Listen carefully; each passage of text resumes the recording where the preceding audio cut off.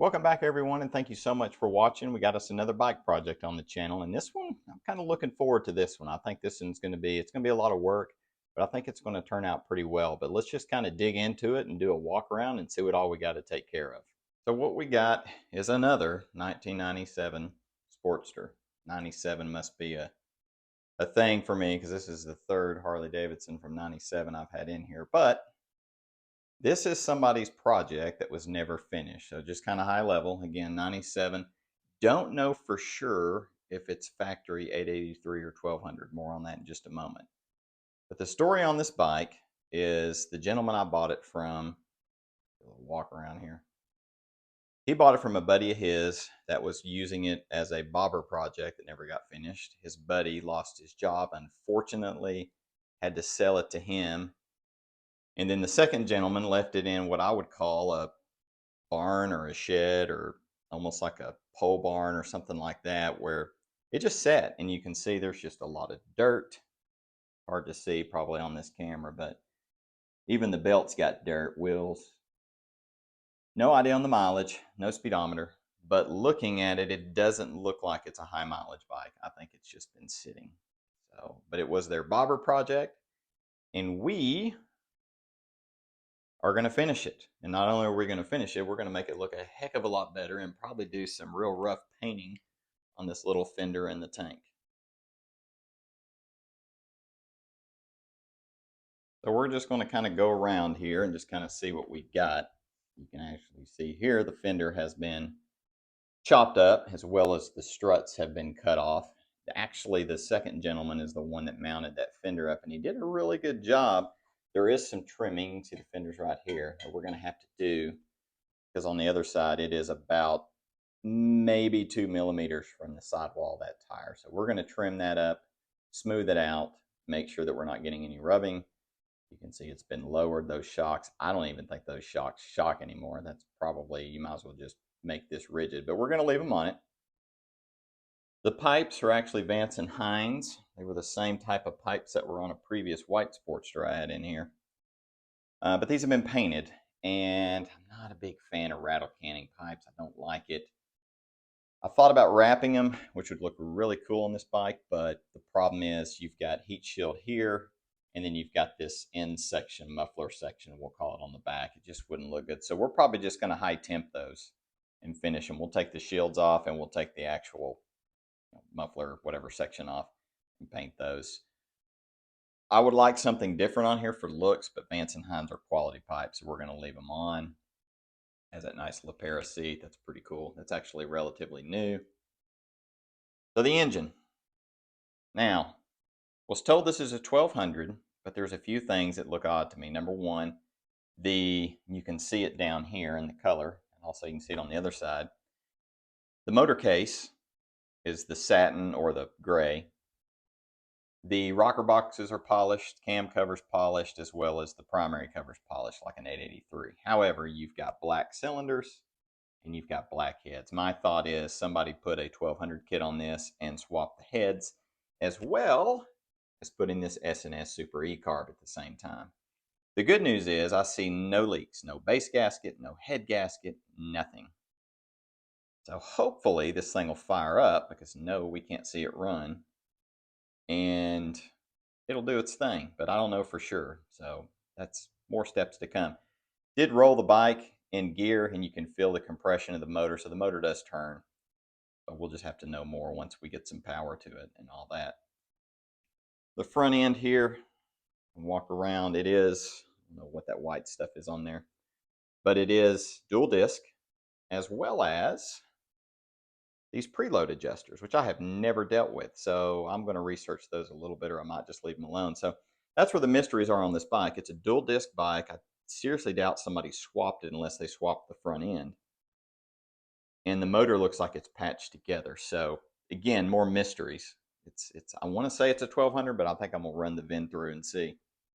Just not sure. And then over here, yeah, I don't know. Don't even ask me in the comments why that's like that. I can't even explain it. The good news is this is all connected, and it's mostly handlebar wiring. So I don't know why somebody took all that out. But what we are going to do is we're going to just kind of tuck that away up here on the backbone, throw some power at it, and see what we get switch-wise. See if we can get the starter to turn over. If not, then we're going to have to start laying out the wiring and doing that one wire at a time, which will be very exciting. And then here's the gas tank down here. This is aftermarket gas tank. It's brand new. There's no dents, no dings, which is remarkable. It does fit. It's a little bit shorter, but a little bit wider, so I think it's going to look pretty cool on here. And I have sort of mocked it up, so that's going to be going back on. And we're going to be doing hopefully something cool with the paint on that, and then the paint on that rear fender. But that's what we'll see. The plus side with this bike is there's no leaks. Everything is nice and straight and true. Even the fender that he put on, he did a really good job. It's nice and centered. So from a look standpoint, I think it's gonna turn out pretty good. We've just got to get through whether or not the motor's going to turn over. So what we're going to do is we're going to throw some power at it, or throw the battery at it, excuse me, see if it'll crank. If it'll crank, I'm going to go ahead and pull this Super E and just start tearing it apart. The guy did tell me that this thing is leaking gas badly, and you can run it while the float needle's stuck. I just don't like that. I don't want to fire, and I personally don't want to catch on fire. So if by some chance the bike doesn't run, then we've got a rebuilt S&S Super E that we could sell. But I think she's going to run. And then the bars, man. I know some people don't like it, but I just think that is cool. That is just a cool look. And let's look on the other side here. You can just see the look of the bike. It's just really going to be neat. So looking forward to it. So let's get a battery on it and see what it'll do. And if the battery I've got, which came with it, that's super old, doesn't work, then I'm going to go ahead and just pull that S&S, and we'll have to go get us a battery. So it's going to be many steps to this bike. Once we get it running, going down the road, then we're going to tear it all down and clean it up.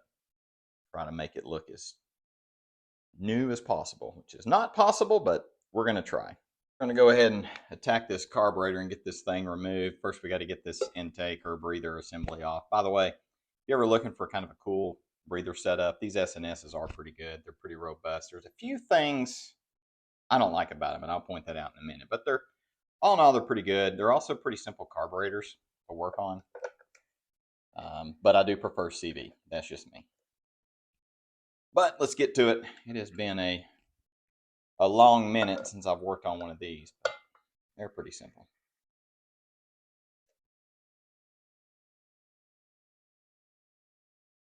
The part I don't like, right here. Why did they use flat tips going in to the carburetor body? It's like, did they sit around a table and said, you know what? We could use, Phillips said, we could use Allen, even the dreaded Torx bits. No, let's use flat tips because that makes perfect sense. So hopefully we can replace on there. Or maybe they stopped making those now. I don't know. We'll find out. Okay, hopefully none of this stuff is overly tight. So far things have been pretty loose. There we go. Okay, these, wow.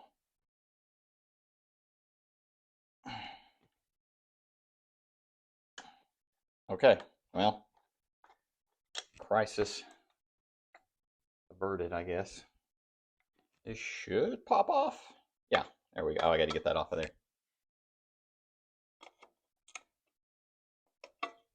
There we go. See, that's all it is. Just a back plate. And this right here, you can see got a gasket in there, which we'll have to replace on. The enricher goes, it should mount up right here and then just hinge. And it comes down and pulls this up right there. That's your actual enricher. So we should be able to replace it right here. Oh, look, more flat tips. Terrific. Thank you, S&S. We should be able to just mount it right up, and we should be good to go. Do have some shims. I forgot about these. These just make sure you're shimming the back plate out properly.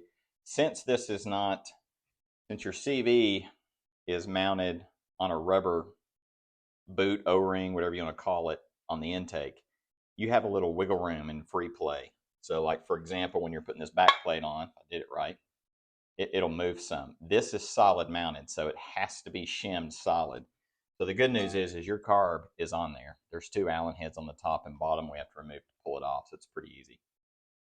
This carburetor also does have a really good drain for the bowl. I'm going to ignore that because this bike has been sitting for years and years and years and assume there is no gasoline in it. We might just cut this thing off. Get us a new one. That'll save me the hassle. Yeah, I'm just going to fool that whenever it's off the carb because we've already got it disconnected from the petcock since there's no gas tank. We got to loosen both of these cables. These actually, I can't tell how new these cables are. They don't look like they're in that bad a shape, and they actually don't feel that bad. Of course, now that I've said that, I'm sure something really bad will happen. All we're going to do is just back these off.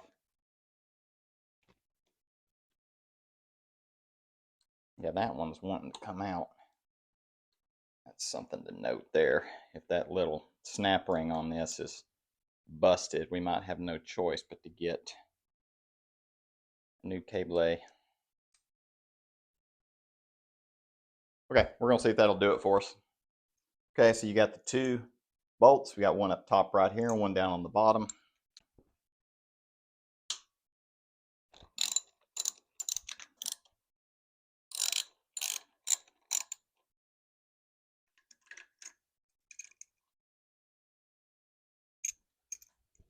Okay, we are now loose. Forgot about this big gasket or spacer, whatever you want to call it, that goes in between. And of course you can see the intake. So now, all I got to do is get these cables disconnected, which sounds so super easy.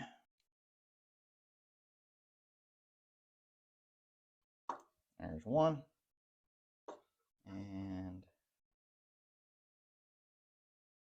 this one is not behaving. There it is. Okay. So there we go. Pretty basic carburetor. You can see, oh, I do have some leakage coming out of there. I might have to take that one outside.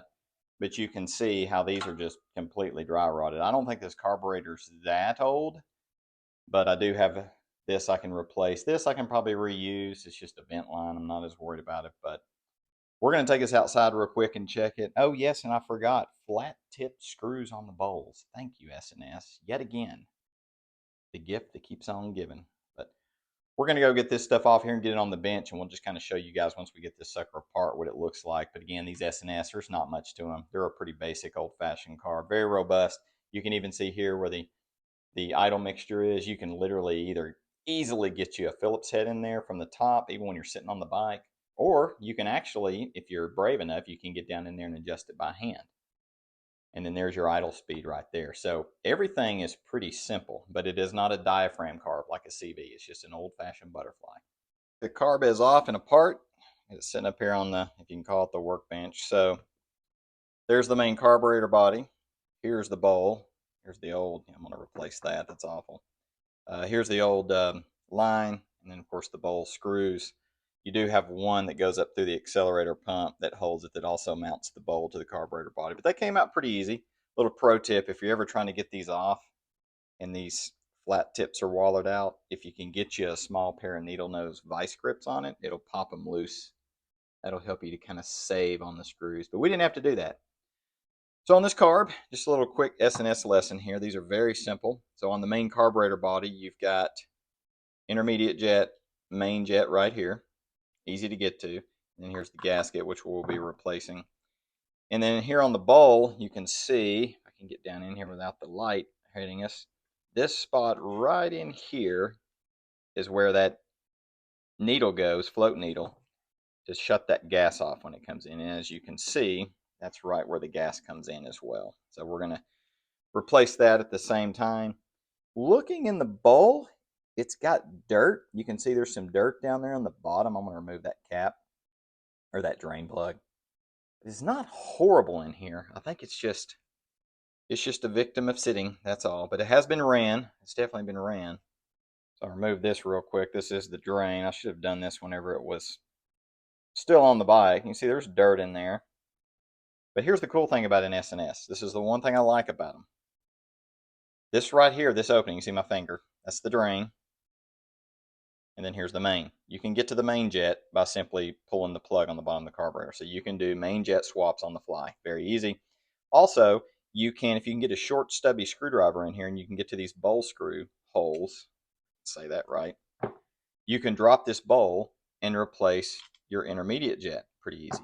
So there's not much to them. And then, of course, your accelerator pump is just going to be behind that right there. And we'll get to that once we get the rebuild kit in. So that's all we're going to do. I'm going to take a look at the jets to see if they need to be replaced. I'm probably just going to run with them. I actually think I have a few left, but it was on an Evo 80 cubic inch. So this is going to need something a little lower than that. But maybe it'll give me something to kind of mess around with.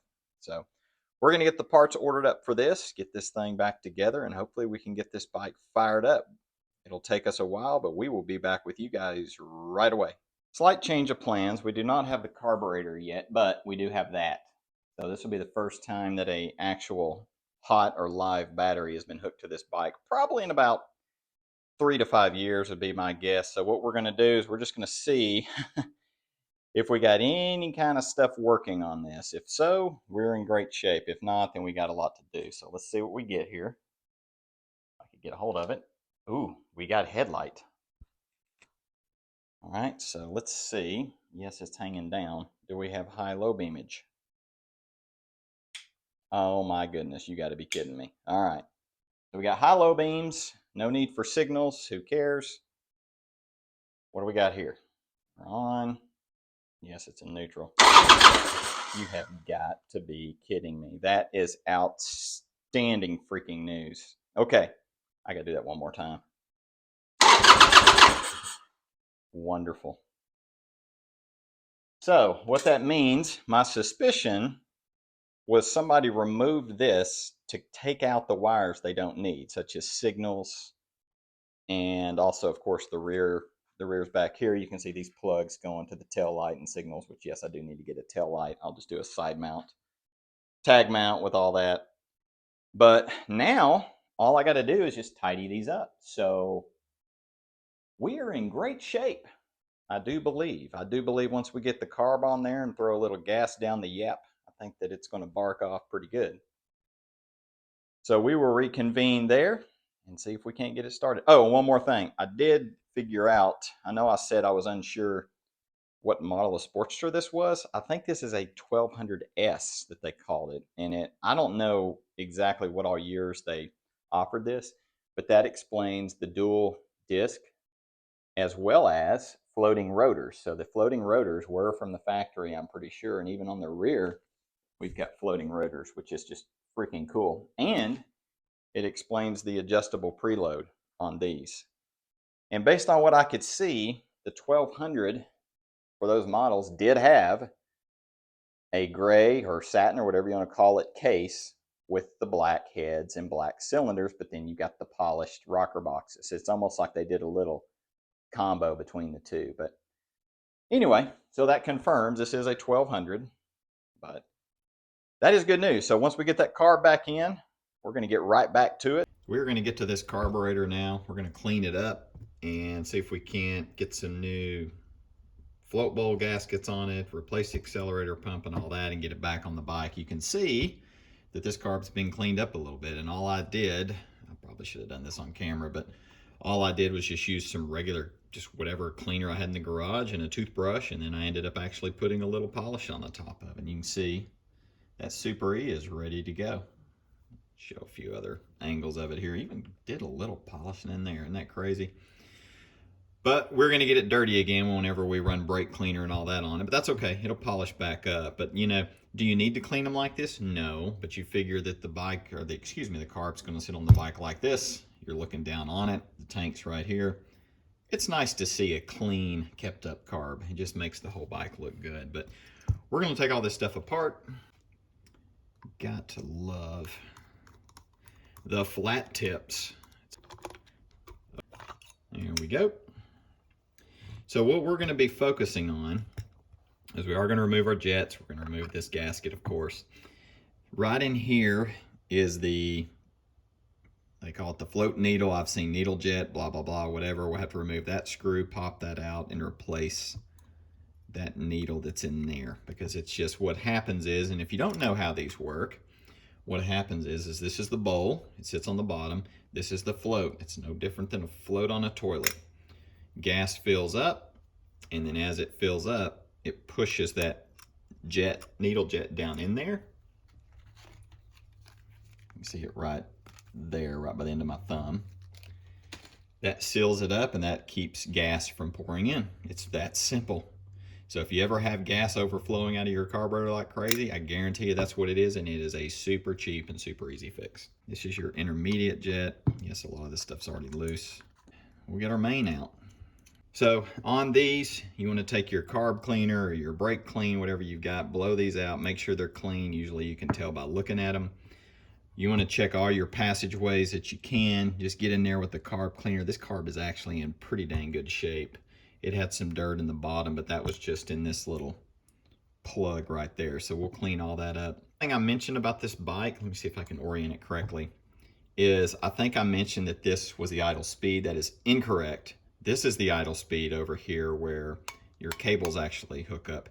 This is an adjustable accelerator pump that I completely forgot about on these Super E carbs. So that's all that is. That allows you can kind of regulate how much is getting squirt into the cylinders whenever you hit the throttle, which is pretty cool.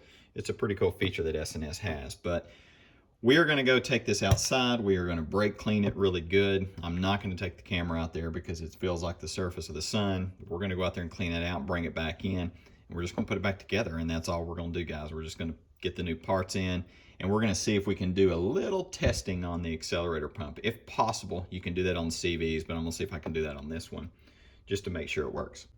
Okay, we have it all cleaned up, well, as best as I think we can at this point. I did use a little bit of a brush on some of these areas in here, as well as where the accelerator pump mounts up in there, but all the passageways are open. I blew some air through them, aka I used my mouth to blow through some of them, and everything seems good. What we're gonna do first, before we just go through putting this thing back together, I'm not gonna go through every step or we'll be here all day. We got a lot to do on this bike.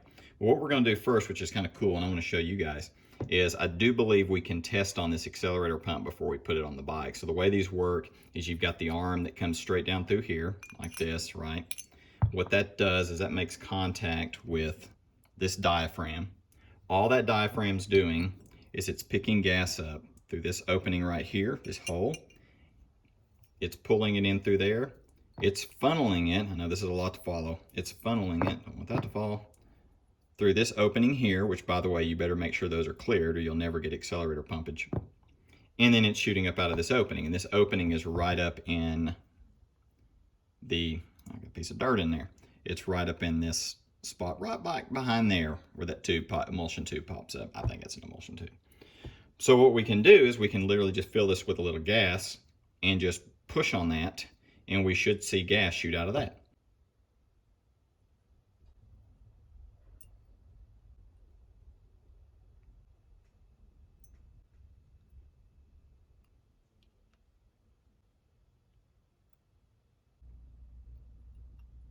Okay, we got that together. I had to hold my tongue just right and all that. Not able to use that screw right there to mount it, but we should be able to test it. So this is how it works. This goes down through there, pushes on this. You can see how this is spring loaded. Okay, so that's a diaphragm. So in theory, with the gases on this side, in theory, we should have fuel shoot out that way. All right, let's see if we can get anything. By the way, this fuel is not going to hurt this bike at all. Now, let's see if we get anything at all. There is a TV right up here, so I'm going to try not to hit that. See it? There we go. Right on the TV. That's exactly what I wanted. Okay, so it works. You saw that. Let's try it again. Let's angle it down. See? We've got accelerator pump. Perfect.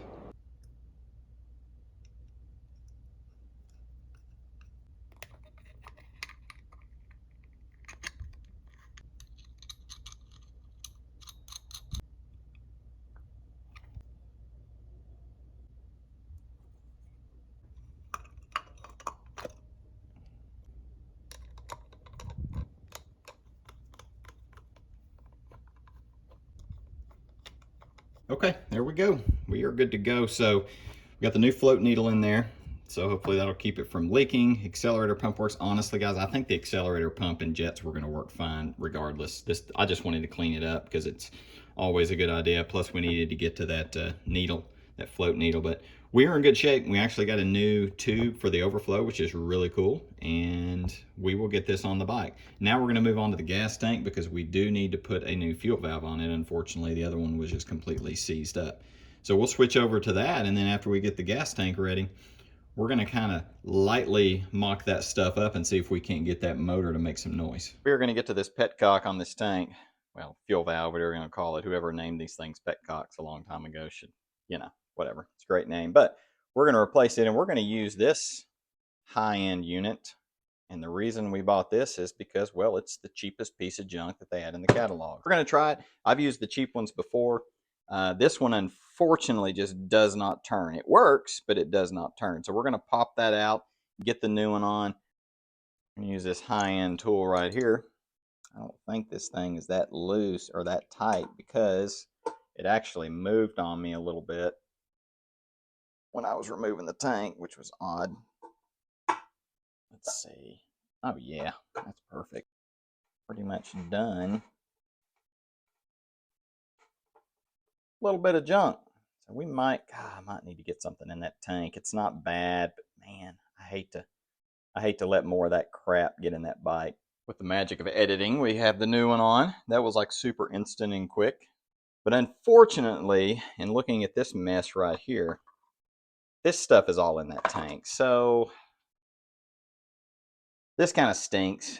I'm going to do the right thing and run it for a few moments with that junk in there, which probably means my carburetor is going to get full of crap again, but that's okay. I want to hear this thing run. I want to know it's going to run. Then we're going to strip everything down, the bike. We're going to take the tank off. We're going to take the carburetor back off because we need to clean this thing out and seal it. This is an aftermarket. It's pretty cool. It's a wider tank, but it's shorter. It looks great on the bike. No dents. But it needs to be cleaned. It's bad. It's got this corrosive rust. I think what somebody did, they bought aftermarket. They didn't put anything in it. They didn't seal it with nothing, and they just left it. It's like, come on, guys. This stuff is just going to rust. Don't do that. But we'll clean it up later. But we're going to run with it like that. But next, we're going to get this tank and this carburetor on this bike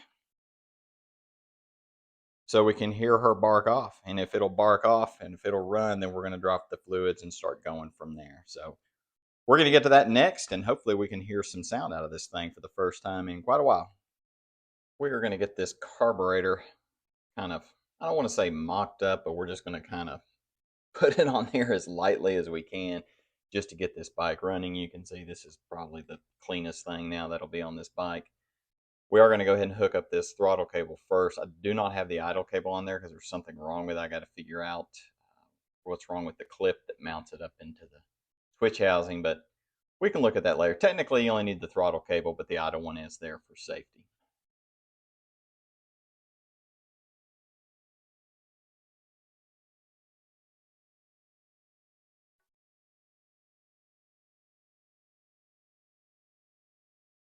I actually got it started by reaching over on the other side of the bike.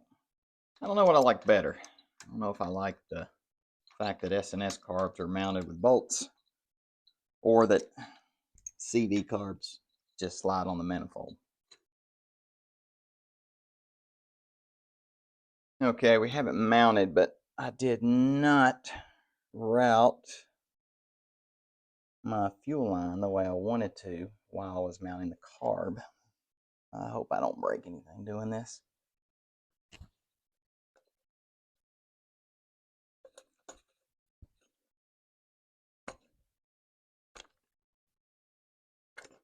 All right, there, got it. So you can see we got this on. Now we just need to get the back plate. Now, one thing to remember on the S&S versus the CV carb, since it mounts in a gasket back here and it's actually flexible, it'll move around when you put the back plate. So you got to remember, this is solid and these are solid. That would not be something I want to drop in the carb. So we're going to see if it'll line up. If not, we may need to loosen these just a little bit to get it all lined up. You can see we do have the actual fast idle lever and richer thinger or whatever they're calling it nowadays. It's been a while since I've messed with some of this stuff. Okay, we are going to try this again. I did a little looking, and what's funny is this enricher right here, which many of you'll know, this plunger lifts up. So what happens is you have a lever on here, it's enricher lever, and all it does is hook to the top of this. Well, this is bent. So I'm going to gripe for a minute. I don't know what people do to cause that kind of stuff to happen, but that's the second or third thing on this carburetor that's had some destruction on it where somebody has just done something wrong. So I think we're still going to be fine, but we will see. I don't even know if that enricher circuit's going to work. This again, we got our shims. I do believe the shims are needed. And one thing I forgot is when you do this, you do have to kind of lift this up just a little bit. Get that on. And that should do it. High-end flat tips the S&S decides to use because, why not? Well, these are bad. We're going to be gentle with these. We're just going to give this one just a light ooba-dooga. That's it.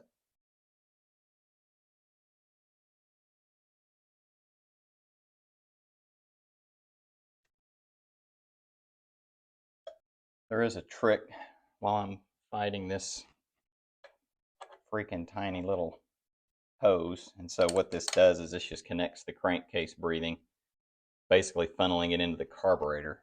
So when you get blow by, that's why a lot of Harleys, for those of you that don't know, most of you do, you'll see some drips down here in the middle of the motor.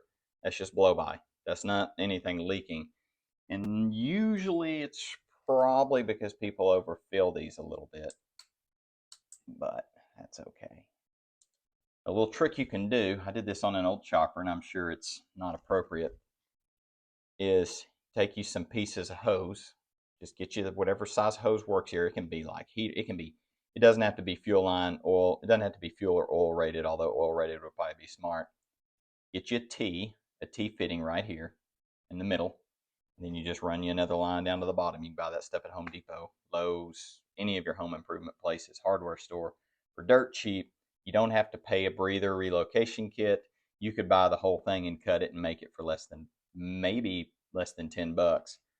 I almost said 5, but this is 2024 and everything's double right now. But that's a way to do it. Of course, you're going to drip your blow-by down onto the ground, which doesn't make the government happy, but who cares about that? The only thing you got to be careful of is here, you're going to have to plug this. The issue with doing that is when you plug this, if you put a bolt in it, you're going to be literally having a bolt that could potentially loosen and go into the carb. Now, a lot of people argue that, but I also argue that these can come out and do the same thing. So that risk is always there. Now we got to get the gas tank on. Once we get the gas tank on, we can, in theory, throw some fuel in it and try to start it up. All right, it is fun gas tank time. First, we'll just set it on here. Yeah, that's setting. So the interesting thing with this is that this is an aftermarket tank. Yeah. When you're dealing with aftermarket, nothing ever lines up the way it's supposed to. So let's see if we get lucky. What in the world? There. That sounded promising. There. Rear bolt in. I think the difficult part is going to be getting this mount for the coil and the ignition in front of these mounts. Again, aftermarket. Am I gonna have to take it all off and bend it? I might have to.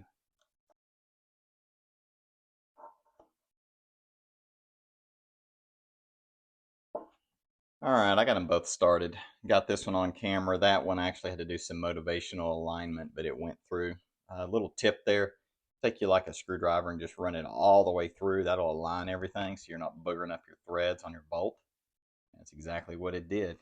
Another tip on this, because I'm probably gonna do this off camera, is when you fill these up with gas, obviously if you're gonna have leaks, you're gonna notice it all around the petcock here.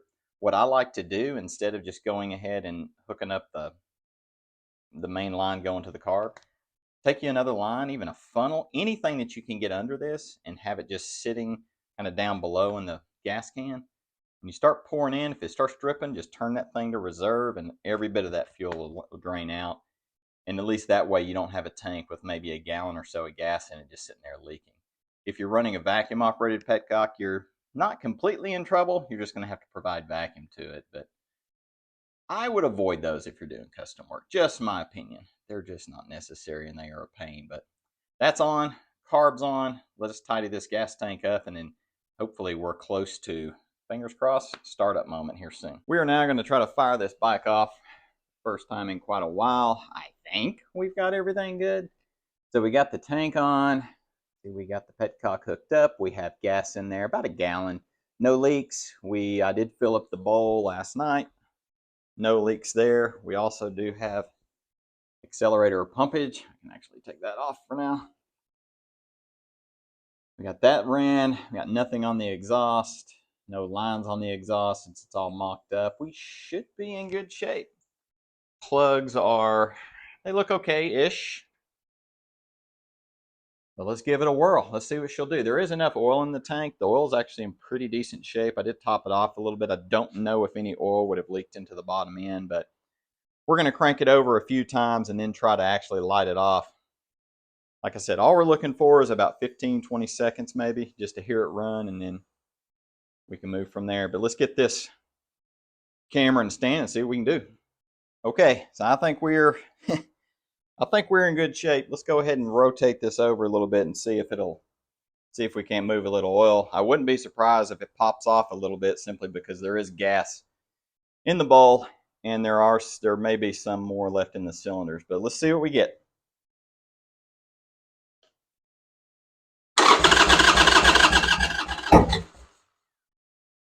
Okay, that's a good sign.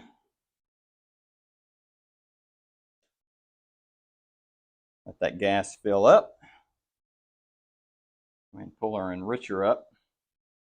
That enricher is hanging up, so I'm going to have to redo that, but that's to be expected. Okay, let's see what we get.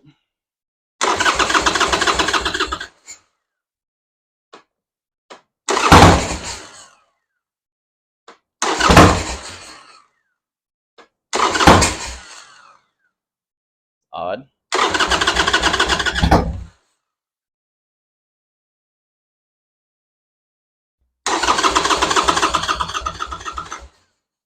Well, maybe it's not getting enough gas.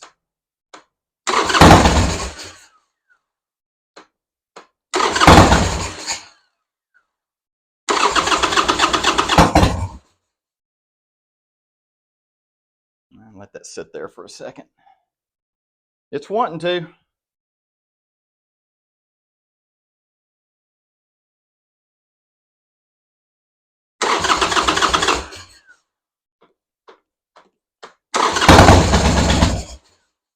Just not getting enough gas.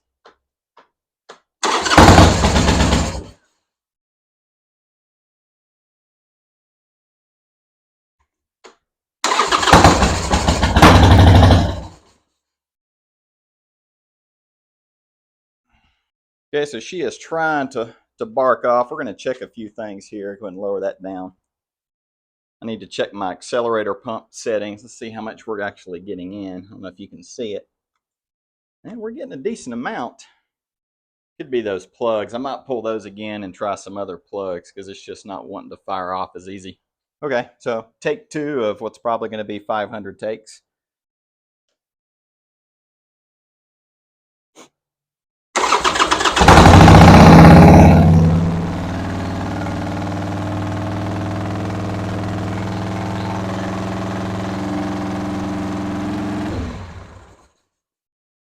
Okay, I got my idle speed way too high, but that's good. That's good. She runs. I don't want to run this too long without dropping that oil and primary fluid, but I want to hear and see if it'll idle back a little bit and at least show me some kind of resemblance of running. So back the idle speed down about a half a turn. I went ahead and backed the idle mixture back just a hair because it was actually running without the enricher, which means it's pretty rich right now, but that's fine. We can deal with that later, but let's see what we get.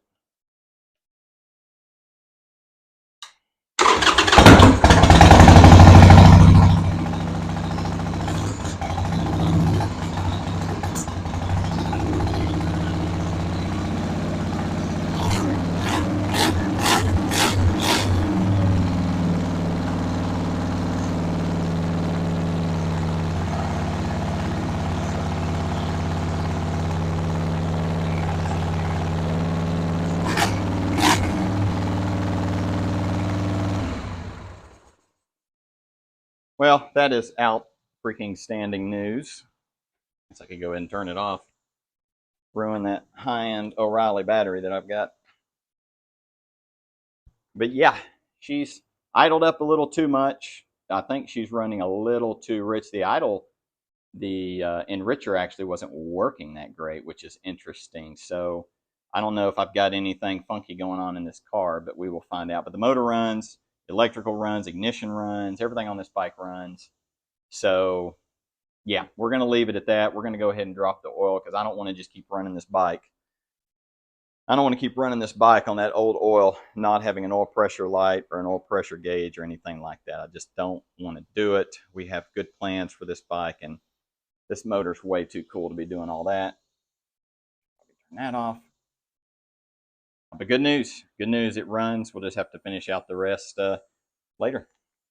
Well, guys, that is outstanding news about this bike. I feel like we dodged two big bullets. Number one, the wiring is actually sound on it. All we need to do is clean it up. It looks scary, but it's not that bad, and we're going to be able to get rid of about half of that wire loom just because we don't have any of the gauges on it. But to hear this thing fire up like that, there are a few little things here and there that we need to tidy up on the carburetor, but it sounds pretty healthy, and it sounds like it's running a little rich, which I would prefer right now, which is good. But our next steps on this, we're going to drop the oil both in the transmission / primary and the engine. We're going to swap all that out. We want to get this bike on the road as it is, just around the block to see, make sure the transmission shifts smooth and all that. We got a long way to go. We're going to end this video right here for this first one, but we'll be following up with the next one soon where we start to go on the road with it, hopefully. And from there, it's going to be a full teardown and restore on this bike. Thank you guys so much for watching. I really hope you enjoyed this video. Don't forget to like and subscribe, and we will catch you guys next time.